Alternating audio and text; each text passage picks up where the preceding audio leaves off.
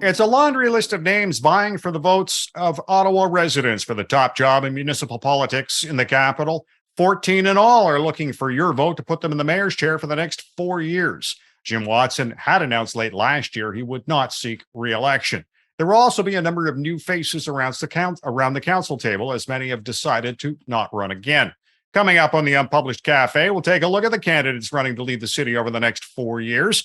Of the 14, some names are familiar. Catherine McKenney, the former councillor for Somerset Ward, threw her hat into the ring early. So did former regional chair mayor and MPP Bob Chiarelli. Longtime broadcaster and entrepreneur Mark Sutcliffe has waded into the election waters for the very first time. And Mike Maguire, who finished second to Jim Watson in 2014, has jumped back in again. Coming up on the Unpublished Cafe, we'll chat with the editor and publisher of the Orleans Star, Fred Sherwin, a longtime watcher at City Hall. To get some more perspective on how the mayor's race is shaping up with about 1 month to go, I'm pleased to be joined by Ottawa citizen columnist Brigitte Pellerin. And Brigitte, what in your eyes makes this an interesting mayor's race? You know what, Ed, what I found really interesting this time around, and I'm looking at it more from a bird's eye view, I'm not looking at each individual issue, but I'm looking at the three, like the three front runners, if you will. And when you look at their policies and the kind of people who tend to be supporting them, you find an interesting portrait of the city as far as the sociological groups within the city, the way that they exist right now. You have, for the Catherine McKenney camp, you have people who really care about more community issues, more transit-oriented issues. They're the bike people. They want to make the environment a very, very priority issue. When you look at the Mark Sutcliffe camp, you find people who tend to be, and I don't mean this in a bad way, but I find almost aggressively middle-class folks, right? People who own their home, people who perhaps live in the suburbs, though by no means not all of them. That's a bit of a caricature. I understand that. But that's still the flavor you get when you go to his events. And when you look at the Bob Chiarelli campaign, and I had a nice lunch the other day with Bob Chiarelli himself, and he was reminding me of this group of people in Ottawa who are tired of the big projects, tired of the shiny new things, especially when they don't work. And I'm looking at you, LRT, expensive dreams that a lot of candidates may have.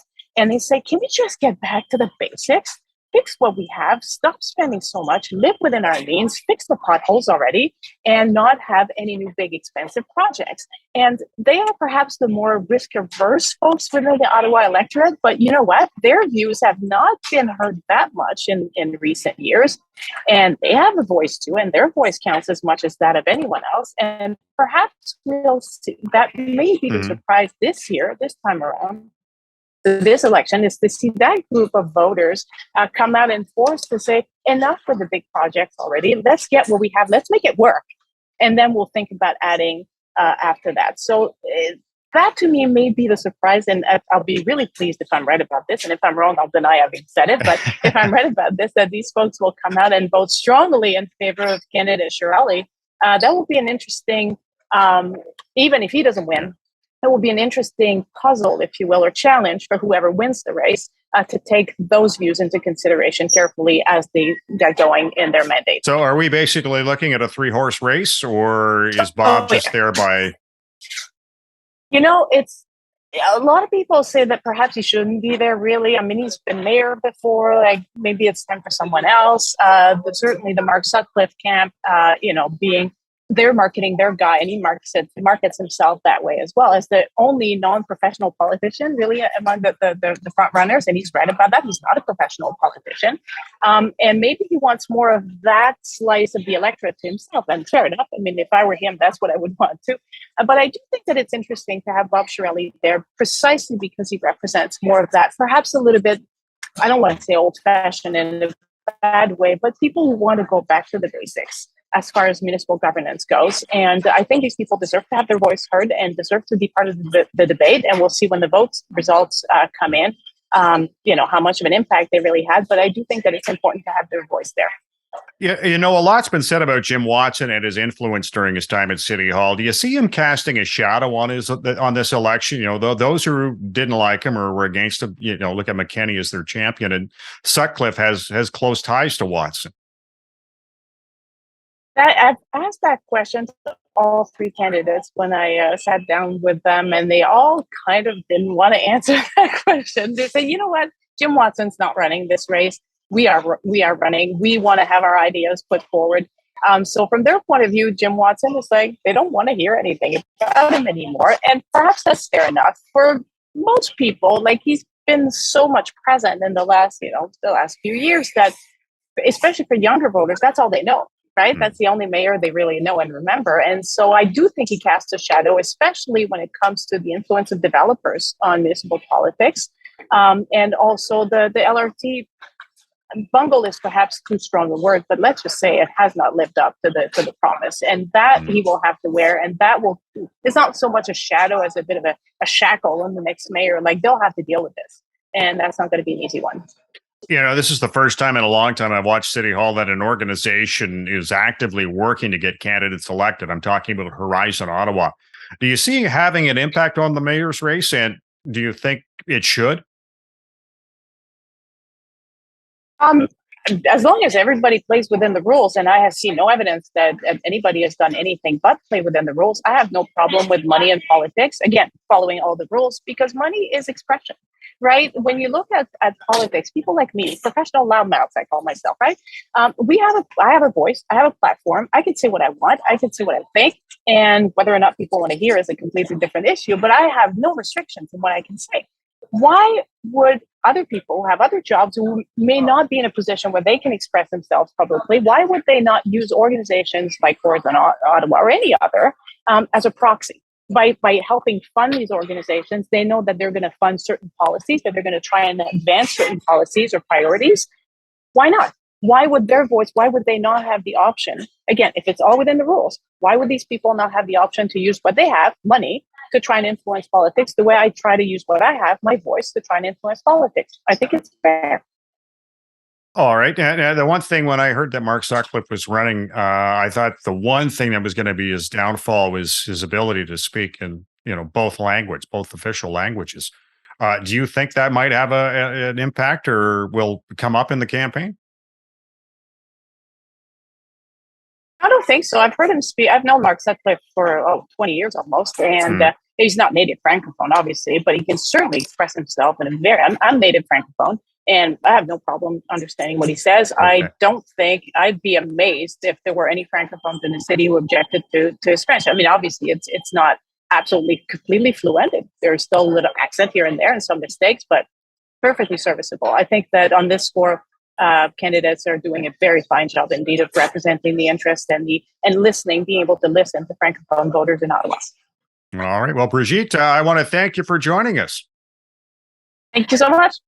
Brigitte Pellerin's a columnist with the Ottawa Citizen. The mayoral candidates continue to unveil their platforms almost on a daily basis. What we haven't seen is much of a debate among any of them. Fred Sherwin's the editor, publisher, and owner of the Orleans Star, and he joins us now. And Fred, overall, what's your impression been of the mayoral race? Well, number one is we sure got a crowded field. That's number one. Number two is I have a sort of personal, I was actually kind of hoping right up until the 11th hour that Yasser Naqvi would enter the race, because I always thought he'd make a fantastic mayor, but that never came to be. He obviously has another job. Pretty much, I thought I expected to hear more from Chiarelli than we have. And it's basically just seems to be boiling down to a two-horse race between Mark Sutcliffe and Catherine McKenney. Okay, you know what? I'm going to name a candidate, and you tell me the first thing that comes to mind when you think of that candidate. And what we'll say is, first off, Bob Chiarelli. Yesterday's man. Catherine McKenney. Social environment issues. Mark Sutcliffe. Pro-business. Mike Maguire. No idea. Don't know enough about him. Okay. Now, Mark Sutcliffe talks a lot about public safety and increasing the police budget. Considering the occupation in downtown Ottawa and the lack of effort by police, do you think that's going to haunt him during this campaign? Every time you look at, we've been around a long time, Ed. I think this is what now I'll be celebrating my 33rd anniversary covering municipal politics. Started in 1989. And candidate after candidate promises the moon during the campaign, and nobody really holds them accountable during the actual during their mandate. I mean, you're going to get all kinds of promises made during the campaign. We're going to do this. We're going to spend this. And the problem is, once you get in and you see the reality of the situation, I mean, just ask Larry O'Brien.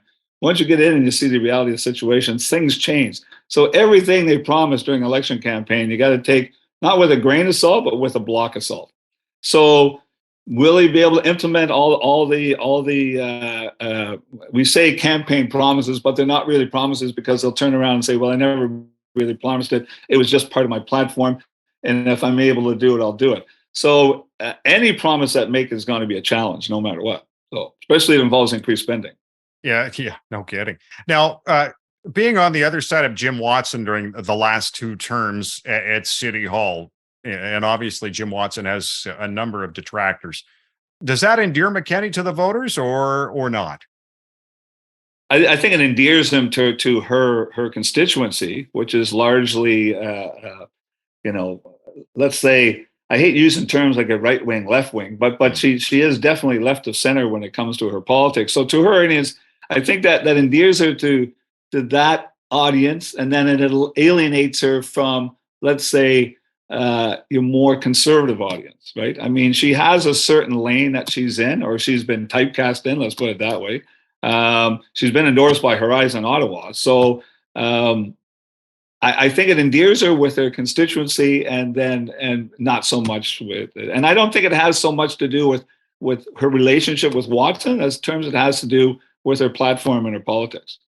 Yeah, Horizon Ottawa, you brought that up, and it's been a long time covering municipal politics for both of us. I don't recall a group sort of coming out and saying that they want to sort of put a slate of candidates at City Hall. Have you seen that before? Well, yeah, they endorsed candidates in the last election. They've been around for a while now. But have they done that? Like, have they been as strident? I don't recall them being as strident. Oh, no, they've becoming more vocal through the years. Yes, for sure. Affordable housing appears to be the biggest issue for Ottawa voters, at least according to the Mainstreeet poll we were looking at. Which candidates do you make the best case for affordable housing? I would say it would have to be McKenney. I mean, but again, affordable housing is a wonderful thing. Who doesn't want more affordable housing? I mean, my kids right now are all at the age when it's about time they move out, and it's like, you can't afford an apartment anywhere. You're looking at a minimum for a one-bedroom apartment, like $1,000 a month. I mean, affordable housing is not just about, people who are on a fixed income. We need affordable housing for everybody. And there's no magic wand to get affordable housing. I mean, I haven't been, following it that much in the last sort of 8 years, but I remember not so long ago when there was most of the complaints were coming about maintaining the social housing we currently have, right? Yeah. So, people who are maybe in a social housing unit or affordable housing unit that drastically needs maintenance, and then you're hearing about all these promises to build new units. So what about the apartment that I live in, right? So again, it's great to put on a wish list. How do we get there? I mean, for something as big as affordable housing, you're going to need a lot of money coming in from the other two levels of government to achieve that. We can't. There's no way we're going to be able to achieve that on the backs of the property tax. And that's what I was wondering. Are the candidates kidding themselves? They are going to need the support of other levels of government to get any of their promises or wish list basically accomplished, right? Well, are they kidding themselves, or are they kidding the voters? Right, they're kidding the voters. That's the truth. Right. It's like, and that's why, when we get to a municipal election, this is why it's so important for the voters to do their homework. You think we're going to see a bigger turnout? I think the last time around was just over 40% for the municipal election. But this time around, it'll be the first time in 10 years Jim Watson isn't going to be around. You expect to see a bigger turnout? Ed, believe it or not, 40% was high. Yeah, I know. In the elections previous to that, it was around 35%. So we got obviously got an issue out here in the East End. We got three incumbents who in all likelihood are going to get reelected. And they're running in three aligned wards. So a lot of people don't even know who their councillor is to vote for. Will that keep them from voting or encourage them to vote? The one good thing we have going out here is the fact that we have a close mayoral till election. And I would hope that you would get at least 40 to 50% voter turnout to pick the next mayor. I mean, it would be pretty sad if only 35% of people bothered to elect who our next mayor is. Exactly. You know, it's a month out to the polls. Do you have any prediction of a winner at this point, or is there too much racetrack? It's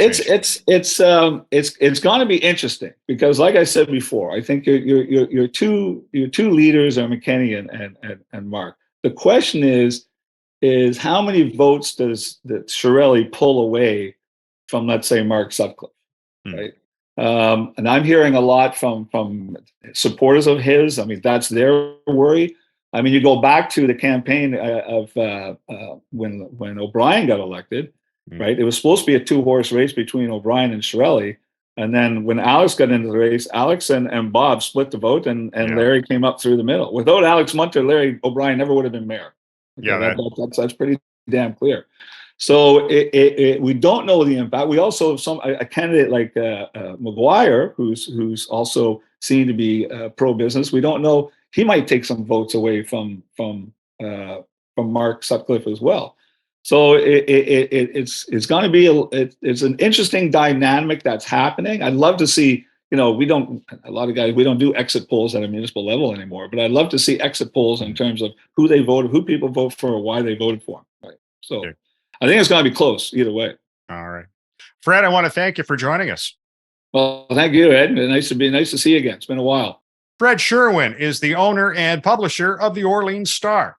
Ottawa residents will go to the polls on Monday, October 24th. Make sure you get out and vote. I want to thank our guests today on the Unpublished Cafe, Brigitte Pellerin of the Ottawa Citizen and Fred Sherwin of the Orleans Star. And I want to thank you for watching the Unpublished Cafe. Stay safe. I'm Ed Hand.